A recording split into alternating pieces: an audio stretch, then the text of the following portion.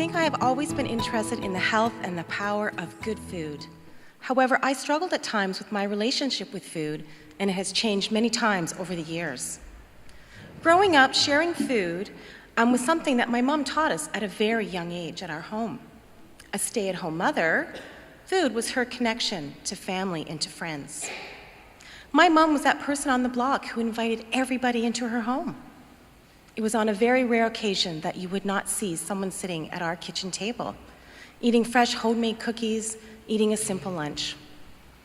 I heard on so many different occasions, "Oh, don't worry, everyone shift over. Stay for dinner. There'll be enough for everybody to go around."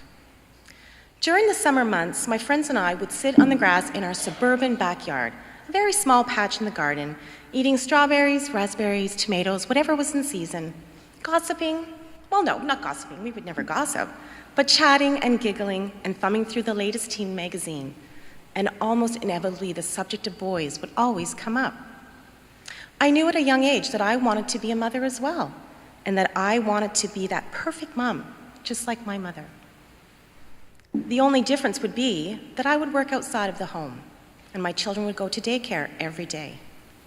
I loved my kids, I enjoyed my job. Life was great. Until one day, my job became obsolete. And I found myself at home with my children, which is exactly where I wanted to be. But financially, that was a very difficult time for us. Did I mention that I struggled with my relationship with food? This is a time when it became most apparent. I never thought of myself as a binge eater. I thought of myself as having this fixation with the number 4.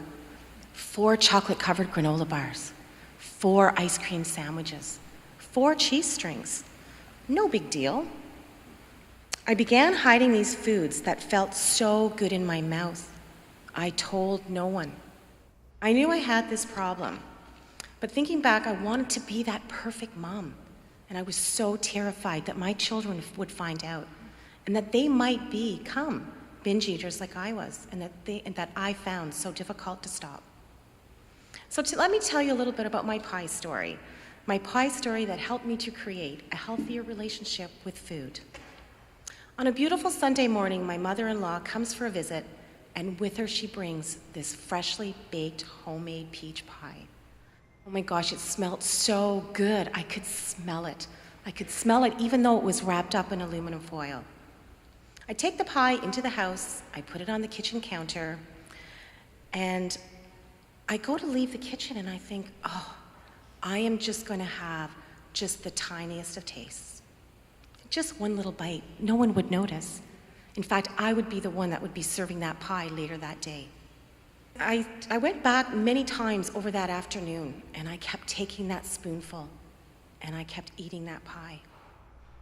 I'm sure you probably can guess what have happened. I ate that whole freaking pie.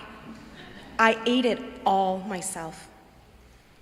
After dinner, of course, my family and my children were looking for Sunday dessert. I was so ashamed at what I had done. I lied. I sat there and lied, and I told my family that the dog jumped up on the counter, like she often did, and she ate the whole pie. I lied to my family. I was so ashamed. I broke down and I told the truth. Choice. We are all responsible for the choices that we make. This choice I made to share my struggles with food was the moment that I embarked on my journey of change to conquer what I termed controlled binge eating. Studying to become a holistic nutritionist, I was convinced that not only would I solve my binge eating habits, but it would give me the knowledge to nourish my children, to protect them, to help them not to get sick, and to inspire them to eat well. I soon found myself in my kitchen, throwing out all the junk food in my pantry, in my refrigerator. But if you saw inside my pantry or my refrigerator, you would think I was crazy. There was lots of good food in there. The good food, the bad food in the pantry, was those foods that my kids would eat as only for a treat. But for me, these were the foods that were the magic foods that I would eat and consume and go back to that magic number 4. Completing my studies, my hobby soon became my passion. Sharing what I was learning with others was truly inspiring. I met clients in my studio office. I educated and coached those who were open to change, and hoped that when they left my office, they would follow the advice that I had researched just for them. I felt empowered knowing I was helping others find their balance to reconnect with their personal relationship with food. Then one day I walked into the food bank. I had never been to a food bank before. How is it there is no lack of good food, but people go hungry every single day? My passion suddenly became stronger. Everyone deserves to have healthy food. Children should have food that helps them to excel in class, not to make them sick, not to make them sleepy. The opportunity to work with youth in our community has been such an opportunity for me.